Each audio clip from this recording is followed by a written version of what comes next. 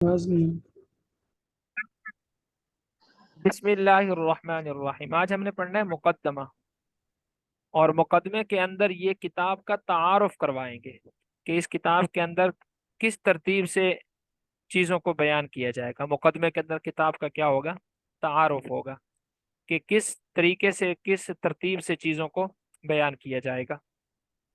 अम्मल मुकद्दमा तो बहरहाल मुकद्दमा, अम्मल मुकद्दमा तो बहरहाल मुकद्दमा फफिल मबादिल्लती यजिबु तक़दीमुहा, उन इब्तिदाई चीज़ों के बारे में है।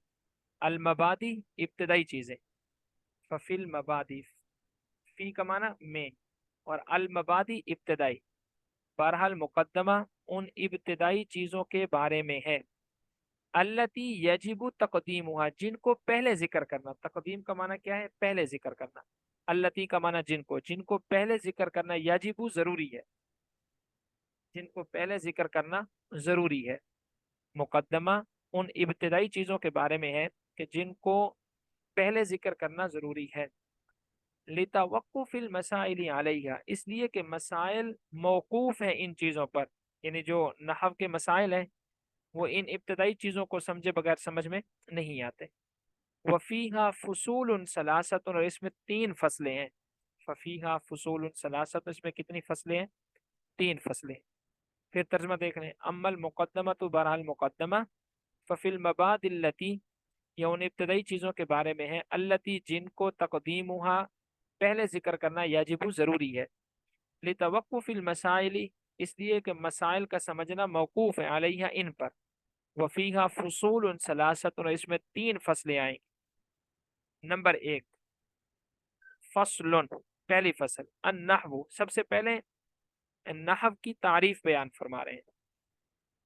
अन्नहवु, ये जो है ना, इसका तर्जुमा आप क्या करेंगे, फसलुन, फसल नंबर 1, अन्नहवु, नहव की तारीफ। इल्मुन बि उसूलिन, ये नहव की जो तारीफ है ये अरबी में ही याद करनी है। इल्मुन बि असूलिन युअरफु बिहा अहवालु अवाखिरिल कलिम सलासी मिन हैसुल इराबी वल बिनाई व कैफियतु तरकीबी बाज़िहा मअ बाज़िन, कि इल्म नहव वो इल्म है कि जिसमें उन उसूलों का तारुफ करवाया जाता है। बि उसूलिन, उन उसूलों का, युरफ बिहा, तारुफ करवाया जाता है कि जिसके जरिए, बिहा जिसके जरिए, अहवालु अवाखिरिल कलिम सलास, 3 कलमों के आखिरी हालतों का पता चलता है। 3 कलमों से मुराद इस्म फेल और हर्फ, इस्म फेल और हर्फ के आखिरी हालतों का क्या चलता है, पता चलता है। मिन हैसुल इराब वल बिना, इराब होने के एतबार से और मबनी होने के एतबार से। वह कैफियत, और तरीका मालूम हो जाता है। तरकीब बाज़िहा मा बाज़िन, बाज़ अल्फाज को बाज़ अल्फाज के साथ जोड़ने का। फिर तर्जमा देख लें। फसलुन, फसल नंबर 1, अन्नहवु, नहव की तारीफ।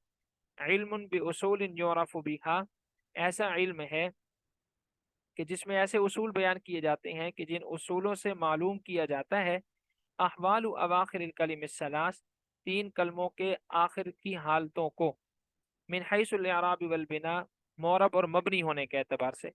वह कैफियत, और तरीका मालूम किया जाता है। तरकीब बाज़िहा मा बाज़िन, के बाज़ अल्फाज को बाज़ अल्फाज के साथ कैसे जोड़ा जाएगा। तो अब इसको उर्दू में यूं याद कर लेंगे कि इल्म नहव ऐसा इल्म है कि जिसमें इस्म फेल और हर्फ की आखिरी हालत का पता चलता है मोरब और मबनी होने के एतबार से, और अल्फाज को एक दूसरे के साथ जोड़ने का तरीका मालूम होता है। वल गर्ज मिन्हु, इल्म नहव की गर्ज, इल्म नहव हम पढ़ते क्यों हैं, इल्म नहव की गर्ज सियानतु ज़हनी अनिल खताई लफ्ज़ी फिल कलाम अल अरब, जहन को बचाना लफ्जी गलती से कलाम अरब के अंदर। इन जब अरबी कलाम आप पढ़ते हैं या अरबी कलाम आप लिखते हैं तो इल्म नहव से आप वाकिफ हों तो लफ्जी गलती से आप अपने आप को बचा लेंगे। सियानत ज़हनी, सियानत का माना बचाना, सियानत ज़हनी गलती से बचाना जहन को लफ्जी गलती से।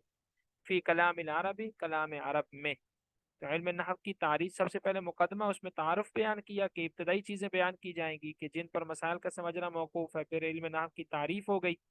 फिर उसके बाद इल्म नहव का मकसद गर्ज हो गई।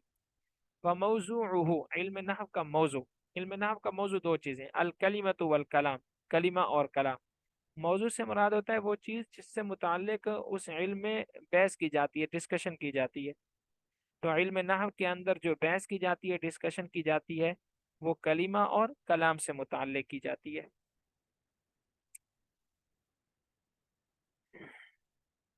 فصل، فصل نمبر 2، الکلمۃ لفظ وضع لمعنی مفرد، کلمہ وہ لفظ ہے جس کو وضع کیا جائے ایک معنی کے لیے۔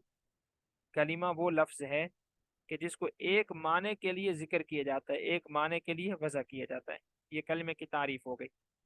وَهِيَ مُنْحَصِرَةٌ فِي ثَلَاثَةِ أَقْسَامٍ، کلمہ منحصر ہے تین قسموں میں، یعنی کلمے کی کتنی قسمیں ہیں؟ تین قسمیں۔ یہ آپ تھوڑا تھوڑا لکھتے بھی جائیں کہ کلمے کی کتنی قسمیں ہیں؟ تین قسمیں ہیں کلمے کی۔